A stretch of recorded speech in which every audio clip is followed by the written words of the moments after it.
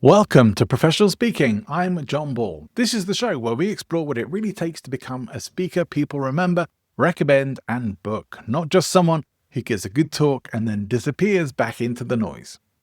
And that noise is part of the problem, because plenty of capable speakers are still struggling to be seen clearly. They may have the talent, the ideas, and even the experience, but if the market is confused about who they are or what they stand for, they often remain less visible and less influential than they should be. That's why this episode matters. My guest is Sapna Pieroux, a personal and business brand consultant, author, and speaker who helps entrepreneurs and business leaders get genuine brand clarity, stand out, and grow. Together, we unpack what brand actually means, why branding is only one part of the picture, how to think about your public persona without becoming performative, and what speakers can do to build visibility and trust in a crowded marketplace.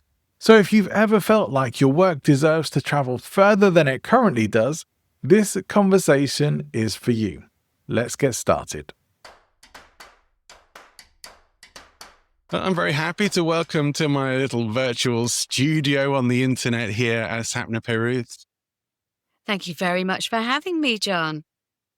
It's a real delight to connect, and we took a while to get connected, but when we actually did, it was completely worthwhile because the stuff that you talk about and how you help people is very, very relevant to my audience because you are really helping people with their branding, with being seen. Can you give us a bit of background? What is it you actually do? Who do you help? So I am a personal and business brand consultant, author and speaker, and I help entrepreneurs and business leaders to get real brand clarity on who they are, stand out in their industry, and supercharge their business growth. Oh yeah, that's what I need. Supercharge a bit of my business growth. Thank you very much.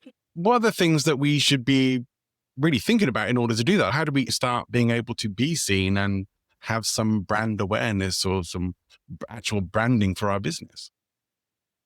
So it's funny you should ask that. Am I allowed to plug my book? Oh, go ahead.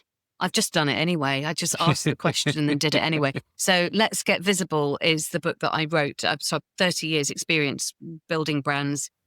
Started off in advertising, like in marketing and advertising, working for big brands, Christmas Radio Group and EMAP Advertising, etc.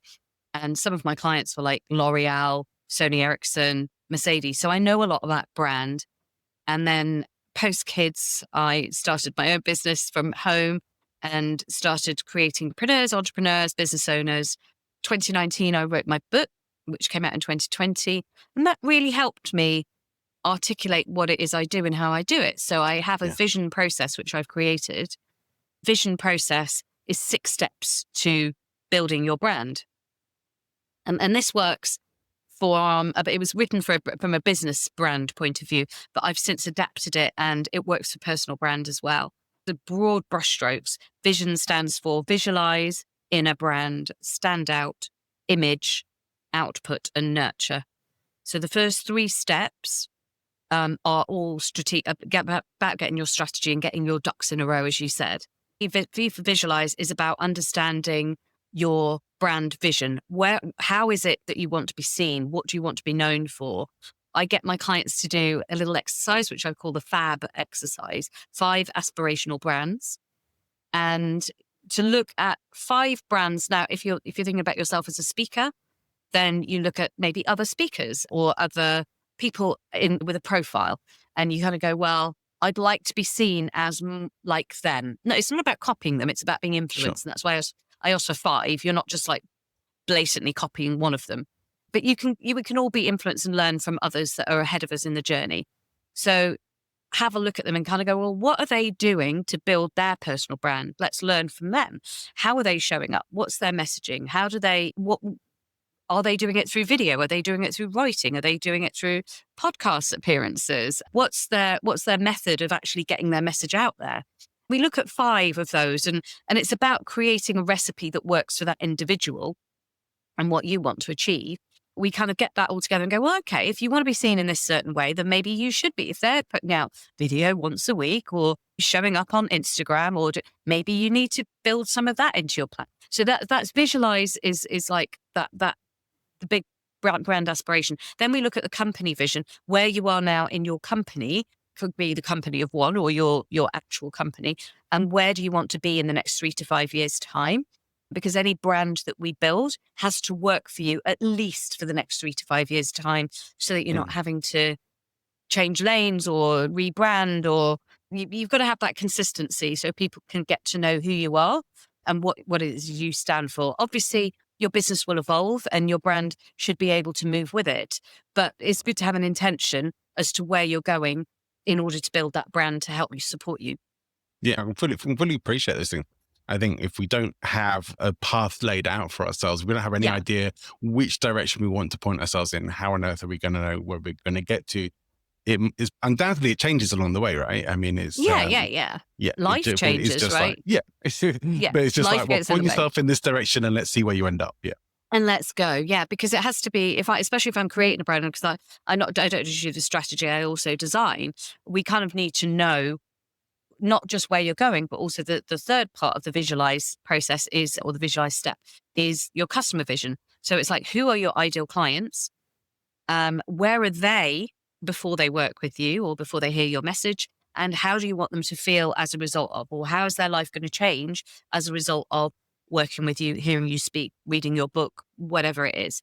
So that's the third part of visualize. And these are all the big picture things, but also what are they going to be saying about you? What's your reputation going to be?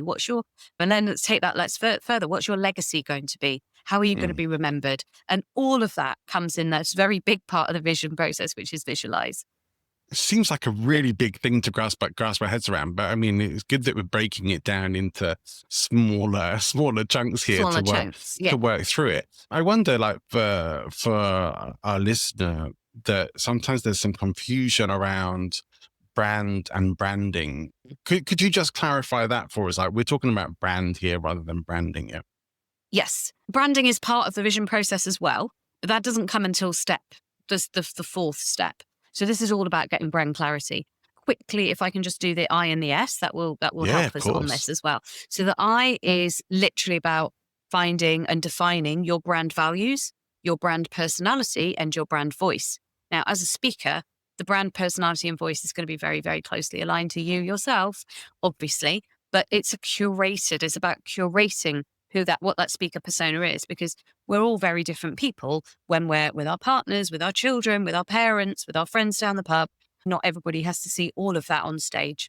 So it's about curating the side of you, the professional side of you and persona of you that you're putting out there in your brand communications. We can't put our whole messy self out there. It's too confusing and overwhelming. And then S for stand out is, how are we going to get you to stand out in your industry? From a personal brand point of view, that is what awards might you win, or books that you read, or podcasts that you appear on, or what are the things that people are going to remember you for, your claim to fames, if you like. But when I'm working on a business brand, it's also about how is that brand going to stand out. So we look at the branding of other companies. So the difference, to go back to your question, between brand and branding is, brand is the whole experience, is every single touch point of you and your business is part of your brand. The branding is how we make it visually tangible. Yeah. So it's the visual aspect of it. If you're saying that you are professional and at the highest point of your game, and then people go on your website and it's a bit dated and it takes ages to load up, photography's 4 years out of date, you've lost that hair or it's a different color and the logo's a bit crap, then that is not actually putting across professional vibes. So there's a disconnect between, there's a Venn diagram in my book, which is about do, say, see. It's like everything you do, everything you say, and everything you see have to align in order to build trust. And if one of those is out of kilter, then it actually destroys trust. Right. Like your Tinder date with a 10-year-old photo that shows up looking completely Absolutely, right? Absolutely. You're not who you said you were. Vision. Misrepresentation, but it's the same as a speaker. And I work with stylists, and not just for myself personally, but also with clients. A stylist called Kay Korsh, and she talks about, she's been on. Yeah, great. I thought, because she is a stylist for speakers, which is why I mentioned her in particular. The fact that if you look dated, people will assume your ideas are dated as well. If you want to be seen as forward thinking in your ideas and being seen as a thought leader, you can't be wearing dated outfits or things that just don't give you that professional modern look. And it's the same with your branding, the visual representation of your brand, visual touch point when you go on your LinkedIn and on your website, and any brochures you give out, your business card, anything has got to look professional as well. Yeah. Yeah. I sadly had to retire my bow ties after speaking with Kay, but yes, it's a very important aspect. Let me ask you this. You said something that really hit for me, because this is something that I've said as well, and I've had pushback on, and maybe you have as well, about having this curated version of ourselves online, because we hear so many people talking about, you've got to be authentic, you've got to be your real self, you can't be true to who you are. And then we're kind of saying, well, you actually need to curate a bit. We don't want to put everything out there. You need to hold some stuff back, and you need to decide how you want people to see you. And some people really don't like that. They think it's dishonest, or that you are creating a character rather than being true to who you are. Now, I don't think that at all, but I wonder what your perspective is on this. I call BS on that. People kind of go, oh, you've got to be your authentic self. And it's funny, because I've just come off another podcast recording, and she was like, you are really authentic. I'm apparently really authentic, because when you meet me in real life, I'm pretty much as you'd see me right now.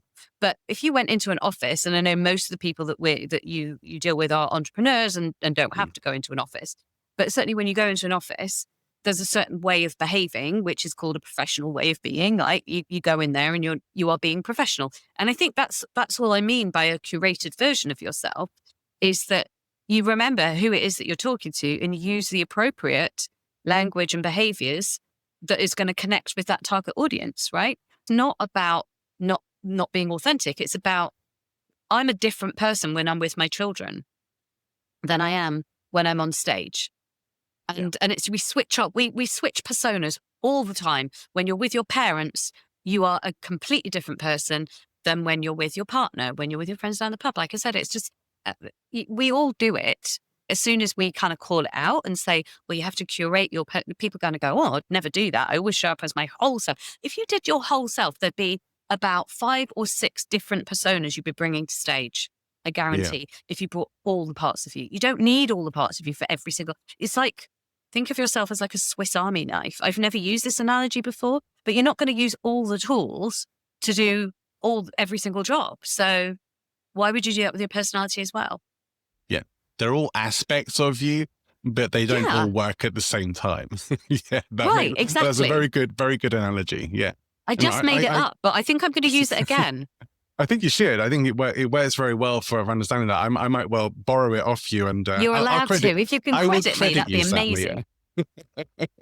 Absolutely, because I really like that, and I think it's important. We're not the same person. When I go, I do comedy stages and stuff. When I go up on a comedy stage, I'm not the same person as I am delivering a keynote. When I'm delivering a keynote, I'm not the same person I am on a coaching call. It's like different aspects. Does it make you inauthentic? It doesn't make you inauthentic.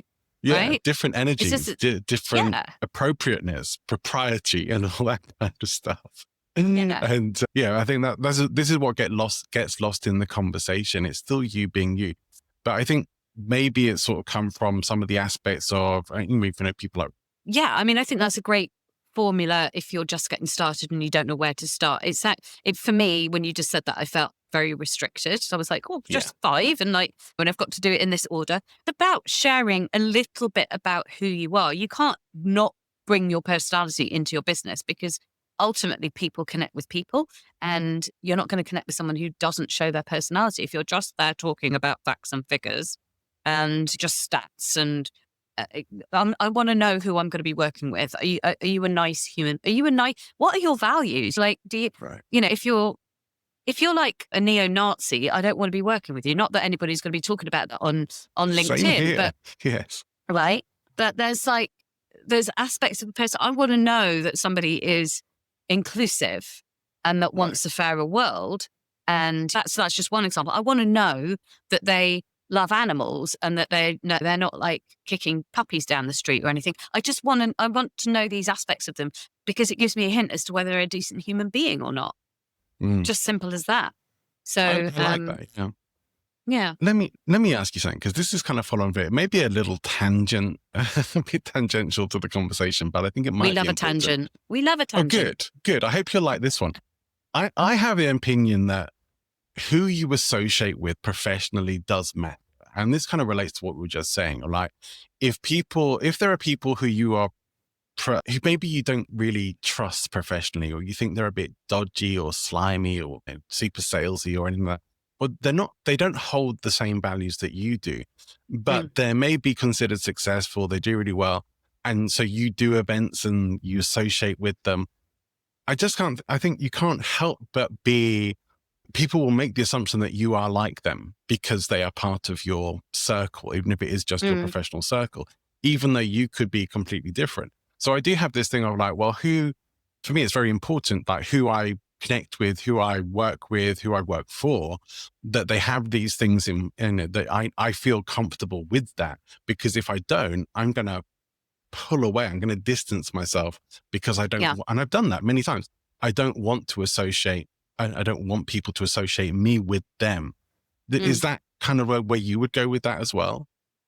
Absolutely. I mean, I think I only associate with people that I like. If I find out, sometimes I get drawn into somebody's web and you kind of like, they lure you in, and then you realize when you're behind the curtain, then they're not actually a very nice person.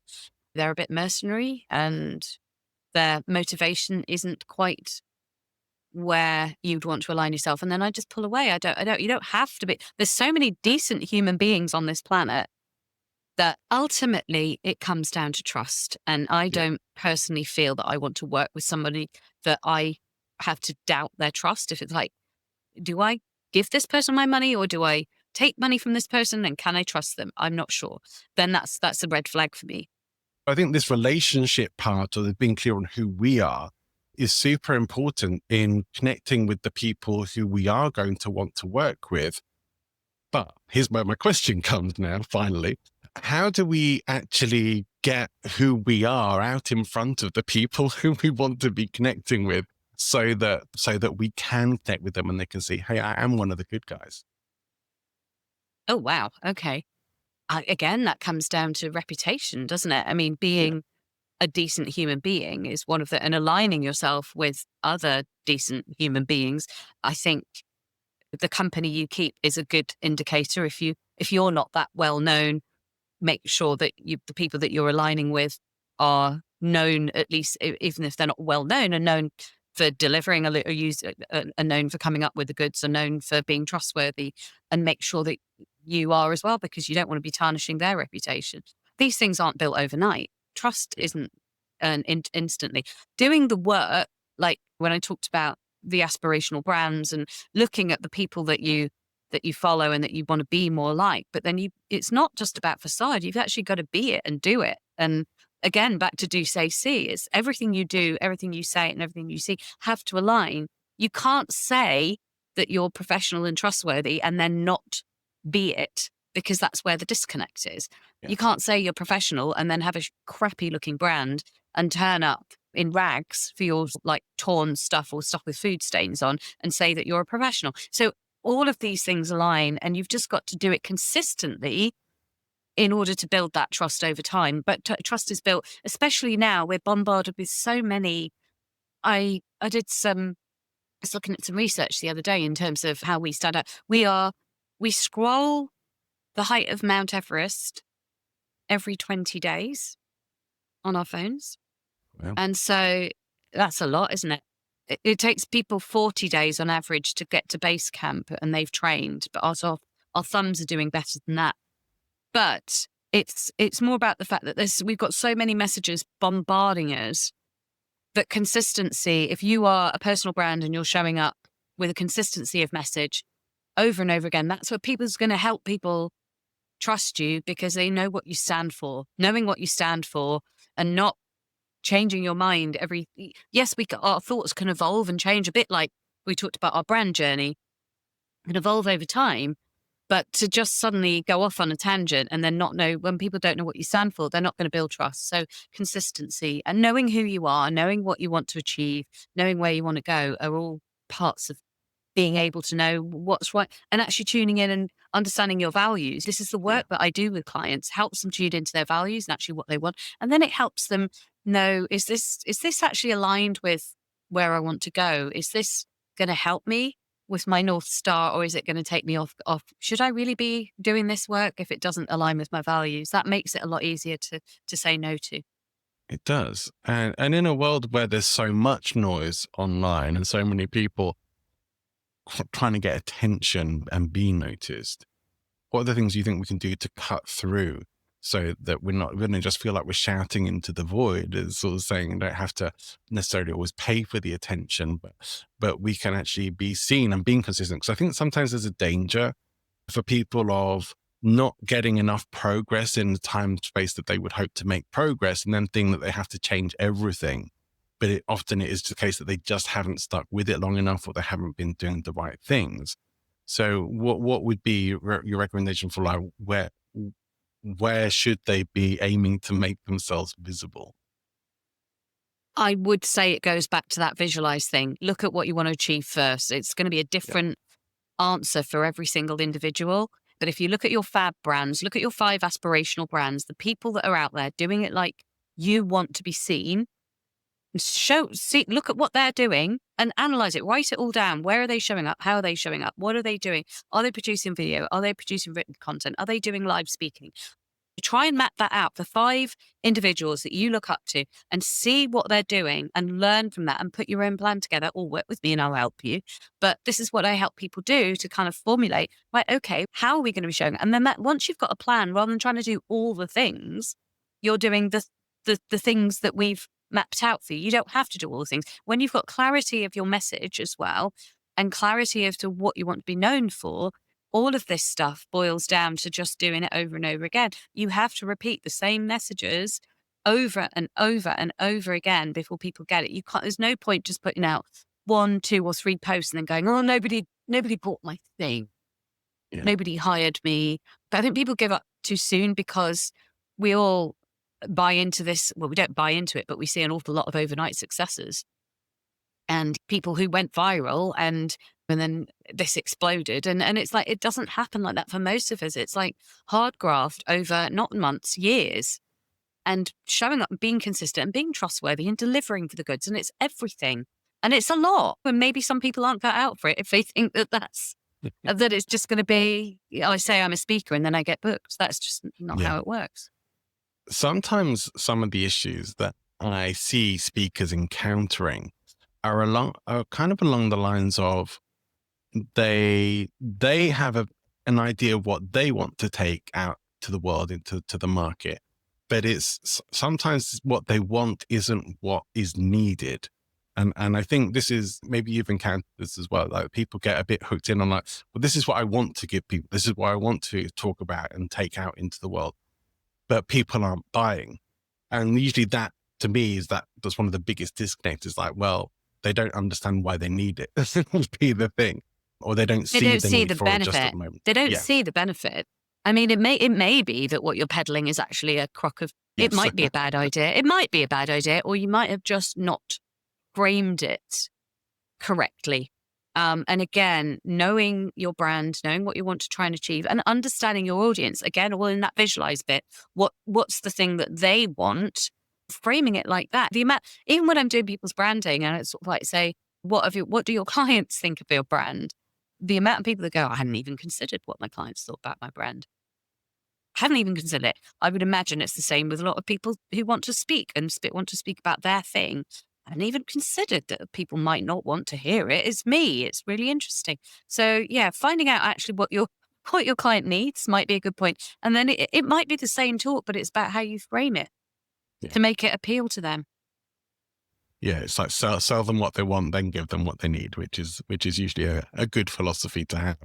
And I wonder this, like from your experience of working with people, what are the aspects of the process that you take them through that are usually most surprising for them, or where they get the biggest like aha moment kinds of things? It is that visualized bit. It is the fab brand exercise where where we just break things down. Because I think when people kind of go, I want to be a successful speaker, or I want to be, it's like, well, but how do we eat that elephant? How do we actually, let's start breaking that down into the components. Oh, let's look at successful people and see what they've done to do that, because nobody woke up and became famous overnight. Nobody. Very few people, unless you were born into, I suppose Prince Andrew got quite famous, didn't he? For all sorts of reasons. But yeah, but you have to kind of break it down and then kind of go, well, if I want to be up here, how am I going to do that? And what are the steps that I'm going to take? And that's planning out your path and then sticking to that path. And yes, as I say, we can have a couple of veers off there as life might take us, but just putting one foot in front of the other and keeping directionally correct are the things that are going to get you closer to your goal. I'm not sure if that's answered. It does, because it really just sort of reinforces the message that's been in there that you've been saying. Path has already been trodden ahead of you. It's like other people have already done this successfully. So take a look at a bunch of them and look what they've been doing to get there successfully, and try doing some of that. And you'll see a body of work, right? You'll see a body of work. You'll see, you can scroll all the way down to their Instagram when they first started it. I'll bet you they started with 0 followers, just the same as anybody else, right? So anybody who's got like 27 million followers on Instagram had to set up that account at some point and had 0 followers. Go back and you'll see how rubbish their early posts were. And it's about that consistency and showing up that actually you hone your message, you get better, you look at what works, look at what doesn't work, get to know your audience better, start giving them more of what they want. It's an iterative process, and it changes all the time. But I think it can be a little bit demoralizing for people who maybe really have something to say and feel like they're getting ignored in favor of the people who choose to pay to play. But I just wonder, from your take, like, I don't think we need to all be those huge brands. Where do you think someone really needs to get to? Or, I mean, what advice would you give someone sort of saying, I'm just getting started with this and nobody's really paying attention to me yet, but I'm going to keep going with it. But I feel a bit put out that I'm never going to be as big as these people, or that I don't want to have to do this dishonestly. What would be your words of advice or encouragement? Without this turning into a LinkedIn kind of masterclass, which everybody has to start somewhere. It's better if you are connected with like 100 of your ideal clients rather than 1 million of like empty followers and bots who ain't ever going to buy your stuff, right? So just make sure about the quality of the people that you're connected with. And also, it's called social media, so don't post and ghost. And like, people just sort of like post their shit and then leave the platform and expect people to be fawning all over their post. Go and support other people's posts. Like, follow the people that again, some of your aspirational brands, but people that are ahead of you, comment on their posts with something meaningful, not like, yay, bro, well done, or whatever. Something meaningful that's adding to the discussion. I've noticed that my comments quite often get more impressions. They can go wild. The comments go wild. The comments are actually where the impressions are at the moment. LinkedIn's not giving a lot of people a lot of reach. Yeah. But I can comment on something. But yeah, being in the comments is where new people are going to find you. If you're on all these other influential people's kind of things commenting away, and make it meaningful. And also, kind of make it really clear when people do see your name in a comment. Those first 3 words in your bio, your LinkedIn bio, don't just talk about who you are, talk about what you do for clients. So it is, again, it's consistency, it's showing up, it's being social, it's commenting, it's adding value. There's also a whole DM game as well, which I don't play enough of, but I should be doing more in the DMs. And when you connect with someone, like, send them a little message, just say thank you for connecting, don't be cheesy, don't try and sell them your shit, and then they're naturally going to see your stuff come up when you DM people. So this is like little hacks, but I mean, the algorithm is a bitch right now.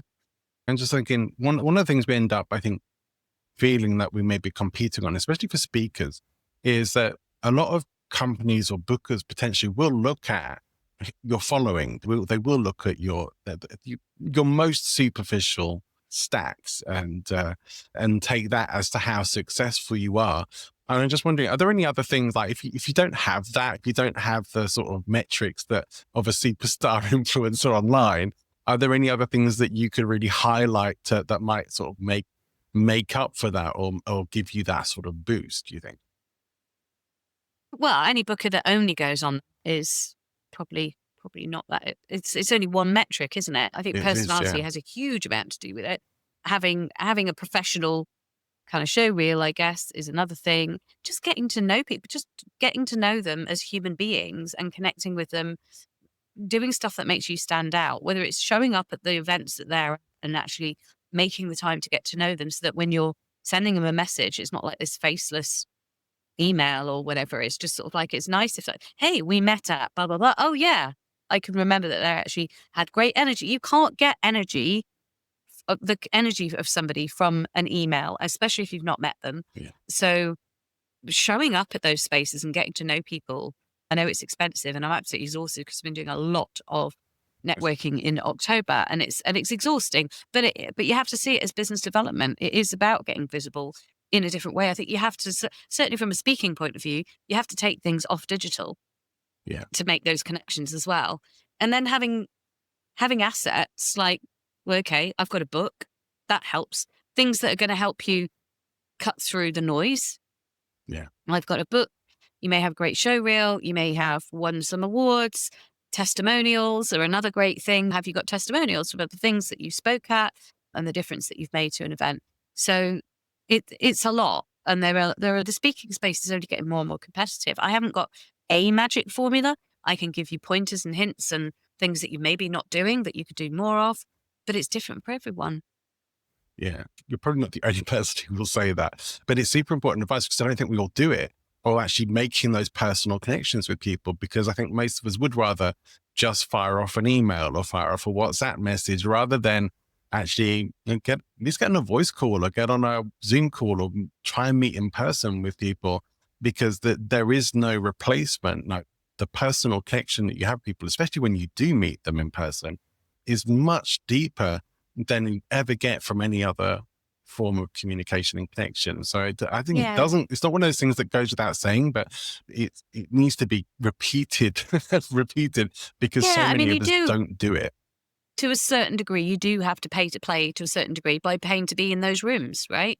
And the people that show up in those rooms, you probably paid for a ticket to be in those rooms, but that's when you get to meet people, and you can meet tens of people all at once, and that's worth so many more than the emails.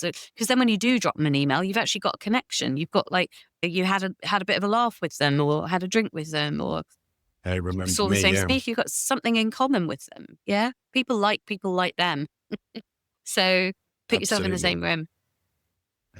One of the things I know I keep telling, I know you've been doing a lot of talking today, but being a speaker yourself, can you share with us some of the people who you have looked up to and modeled your business growth on? I'm assuming you applied this process to yourself. Like who would be the people that you perhaps, or some of the people you've modeled on for yourself to grow your business in the direction they have? People that I have learnt from, not necessarily modeled myself on, but certainly you can take hints from. People like Dan Priestley. I joined his course. A lot of the stuff that he does, I don't do all the things, and he's got a massive business, but I can certainly learn a lot from him. Yeah. Lucy McCaraher, who's my publisher, is an absolute inspiration to me. And the fact that she launched Book Magic, the AI platform, in her 70th year, it became a tech bro. It just kind of, when I think, oh God, I'm too old to be going into this AI space, I think, well, give yourself a good talking to, Sapna, because that is just like, you can do this stuff at any age. And Lucy is coming up and innovating and smashing it out of the park. So she is a massive guiding light for me. People like Robin Waite, who's a friend of mine, also a client, collaborator, who's a business coach, who has built his business very transparently. He's incredibly transparent, incredibly honest, has really good values, is a family man. So these are not values that I learned. These were things that I was doing anyway. But aligning myself with people like him is a good thing, right? People know that we're friends. They know I did his branding. They know that we share a lot of the same values. And so, that's 3. Maybe Leah Turner is another one. I don't know if you've heard of her. She's a massive influencer on LinkedIn. But again, she has built a business around herself and her lifestyle and her needs, but in serving others and creating a beautiful community, the Holt, which I am a part of. And if anybody wants to join, get in contact with me because I can get you in through Backdoor Barry. So you don't have to wait for the waiting list. She has built a beautiful community of wonderful human beings just by showing up as a beautiful human being herself with amazing values. So people like that. Those are good people to have in your circle and your eye line for sure. Yeah. Your book you've already mentioned is called Let's Get Visible. So that people can go and get that anywhere. But for anyone who's sort of thinking, okay, you shared a lot of nuggets today. We had a lot of fun, interesting chat. Thinking, I'd like to know more. I'd like to check in with Sapna. What's going to be the best way for them to connect further with you? LinkedIn is where I mainly play. So LinkedIn, absolutely. And then my book, Let's Get Visible, is available on Waterstones or Amazon. I'm launching brandvisions.ai, which is an AI brand consultant to help you create your brand. Oh, wow. Yeah. Fantastic. So lots of ways to help us advance. Sapna, you've been a delight to talk to today. It's been a very fun conversation. I hope you've enjoyed it too. Thank you for coming and being a guest on Professional Speaking. Thank you for having me. Thanks for joining me for this episode of Professional Speaking. And I would say one of the things that stood out for me in that conversation that I didn't fully pick up on the first time around, but I think is super important, is the fact that we need to keep delivering the same message multiple times.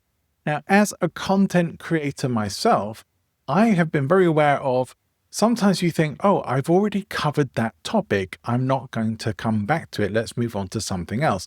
That you have to keep providing fresh topics, new information, everything updated.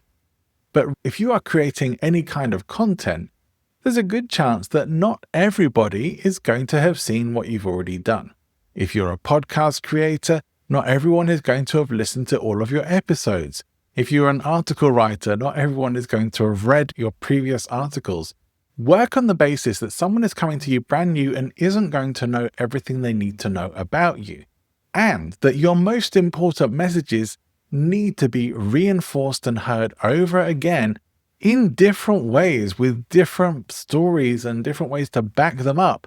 This will not only help you get better at talking about what you do, it's also going to help you find the ways to cut through the noise and be heard. So instead of always trying to create something new, which might be more interesting for you, remember that a lot of your audience that you want to reach are not yet familiar with your messages and haven't heard some of the important things that you have to say that might sit at the core of what you do and how you help people. So those messages need to be repeated often. You are always more at risk of getting bored of your message before your audience do. So let go of the worry about that and that it isn't new to you, but it's going to be new to other people. And even for the people it's not new to, they could probably stand to hear it again. And I don't know about you, but sometimes when I listen to something over again, like this episode, I hear something different. I pick up on something that I didn't get in a previous go-around. And that is what you are going to give your audience the potential to do as well. We always learn on new levels when we are relearning things. So if this conversation has given you something useful to think about, you may well want to hear more from me and subscribe to my LinkedIn newsletter called Serious About Speaking, where I share more practical ideas and more considered takes on speaking, persuasion, credibility, and the business of becoming known, booked, and paid. You'll find a link in the show notes, but for now, wherever you're going, whatever you're doing, have an amazing rest of your day. See you next time.